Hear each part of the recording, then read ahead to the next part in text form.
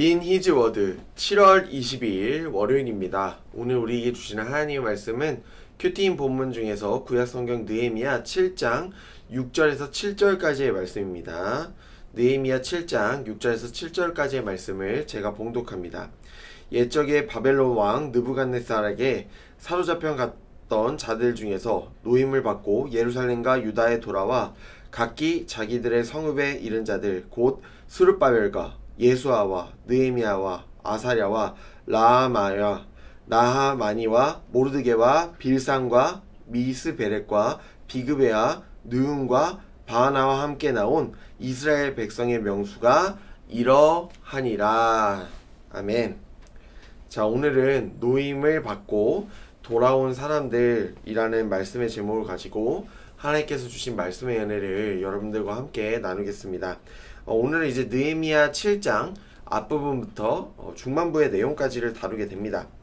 여러분, 우리가 느헤미야를 읽을 때 같이 세트로 읽어야 되는 본문이 있습니다. 그 본문은 바로 에스라입니다.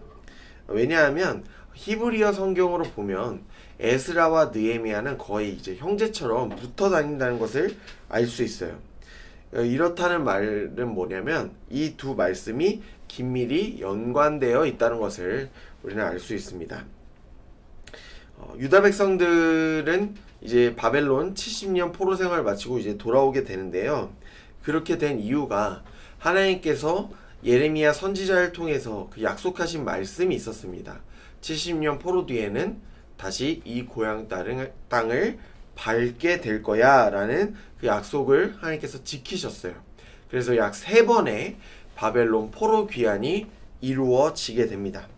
그래서 포로로 끌려갔던 유다 백성들은 다시 고향 땅을 밟게 되죠. 그래서 어떻게 됩니까? 무너진 곳을 다시 세우고 새로운 사람들을 다시 세우게 되는 거죠. 하나님은 무너진 곳을 다시 세우고 새로운 사람들을 세우셔서 다시 하나님의 나라를, 하나님의 역사를 이루어 가고자 하십니다. 그 포로 귀환 중에 대표적인 인물들이 이제 4명을 우리가 알아야 돼요. 4명. 더 많긴 합니다만 4명을 기억해야 됩니다. 그 중에 한 사람이 이제 스룹바벨, 오늘 등장한 이제 예수와 느헤미야, 에스라입니다. 여기다 한 명 더 추가한다면 학계 선지자까지 추가할 수 있겠습니다.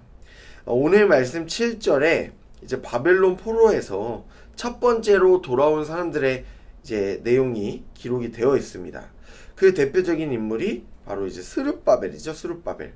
이 스룹바벨은 느헤미야와 약 90년간의 이 간극의 차이가 있어요. 스룹바벨은 어떤 사람이었냐? 유다 왕, 그 19번째 왕 여호야긴이라는 왕의 이제 손자입니다. 손자. 그러니까 이 스룹바벨은 이후에 이제 예수님의 족보에도 들어갈 만큼 엄청난 영향력을 가진 또 이스라엘의 또 조상입니다. 오늘 7절 말씀 보시면 이제 예수아라는 사람도 등장해요. 이 예수아라는 사람은 이제 다른 말로 이제 여호수아라는 이름을 갖고 있어요. 여호수아. 여호수아는 이제 우리가 잘 알다시피 이제 모세의 후계자이기도 했죠. 동명이인입니다. 이 여호수아는 그 이름 자체가 이제 구원이란 뜻이며 대제사장이라는 직분을 갖고 있던 사람이었어요. 그러니까 예수아라는 사람은 이 스룹바벨 총독과 함께 바벨론에서 돌아와서 무너진 성전을 세우고 예배를 다시 회복하는 역할에 힘을 썼던 사람이에요. 그리고 7절 말씀에 예수아 다음에 느헤미야가 등장하죠. 이 느헤미야는 오늘 우리가 읽고 있는 이 느헤미야서의 주인공 느헤미야는 아닙니다. 동명이인이죠. 귀환의 시기가 차이가 있기 때문입니다.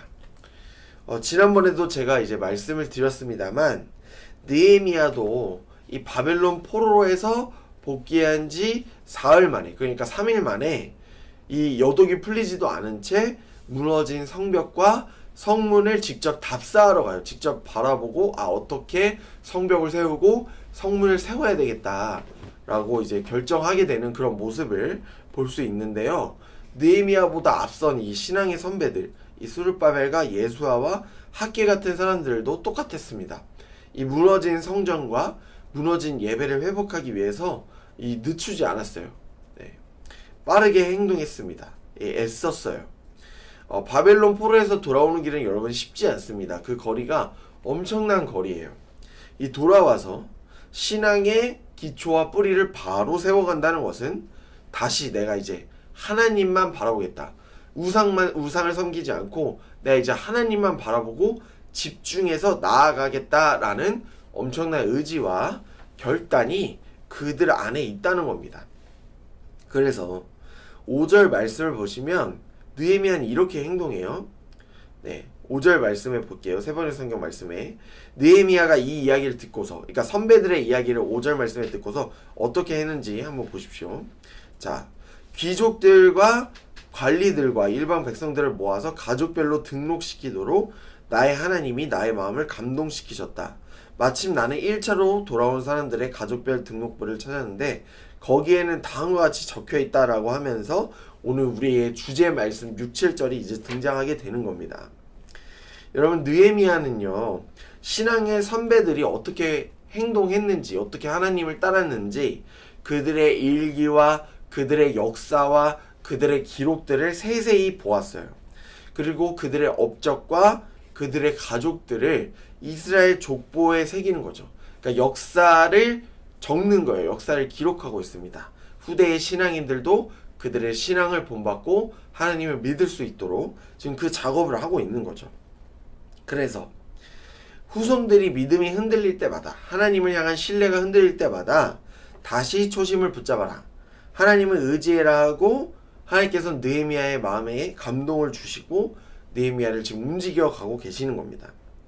여러분, 오늘 우리는 느헤미야 시대 때처럼 이 바벨론과 같은 포로 생활을 살아가고 있는지도 모르겠어요. 어떠냐?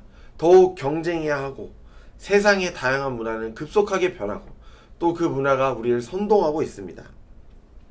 이런 상황과 이런 세상 속에서, 이런 시대의 흐름 속에서 여러분, 하나님을 믿고 따른다는 것은 상당히 어렵고 참 힘든 일입니다. 세상의 문화는요, 하나님을 바라보지 못하게 해요. 그럼에도 불구하고 저는 여러분들이 예배의 자리에 나오고 하나님을 붙잡고 하나님을 놓지 않고 나아가는 그 모습, 의지하는 그 모습을 볼 때마다 저에게 큰 도전과 감동을 줍니다. 여러분, 저도 이렇게 생각하는데 여러분들을 지으신 하나님은 여러분들을 얼마나 더 사랑하시고 여러분들의 모습을 보시고 기뻐하시겠습니까? 하나님께서 여러분들을 지켜보시고 여러분들과 함께 하신다는 것, 여러분들 절대 잊지 마시기 바랍니다. 여러분, 우리는 포로에서 돌아온 이 느헤미야와 신앙의 대선배 수르바벨과 예수와 같은 사람들의 신앙을 본받아야 돼요. 무너진 예배를 회복하고 우리의 주어진 삶, 우리에게 허락된 삶 가운데 하나님을 중심에 두고 살아가고 있는지 여러분들도 점검해 보시기 바랍니다. 하나님을 여러분들의 삶의 중심 정 가운데 두는 결단이 오늘 우리에게 있기를 간절히 소망합니다.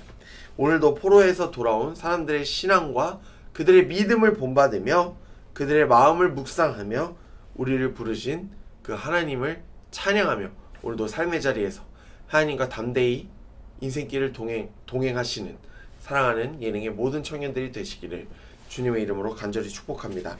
이 시간 말씀을 기억하시면서 우리 함께 기도하겠습니다. 사랑의 하나님, 오늘 우리를 주님의 자녀로 불러주심에 감사합니다. 바벨론 포로에서 돌아와 신앙의 무너진 기초를 다시 쌓았던 믿음의 선배들을 우리도 함께 본받아서 오늘 우리의 신앙도 돌아보며 우리의 무너진 신앙이 있다면 그 무너진 신앙을 다시 세우고 하나님과 동행하는 주님의 거룩한 자녀들 되게 하여 주시옵소서. 날마다 하나님의 믿음의 자녀, 거룩한 자녀, 하나님을 의지하는 주님의 신실한 자녀가 될 수 있도록 사랑하는 청년들 한 명 한 명을 붙잡아 주시옵소서. 모든 영광을 주님께 올려드리며 이 모든 말씀 우리를 사랑하시는 예수님의 이름으로 기도하옵나이다. 아멘.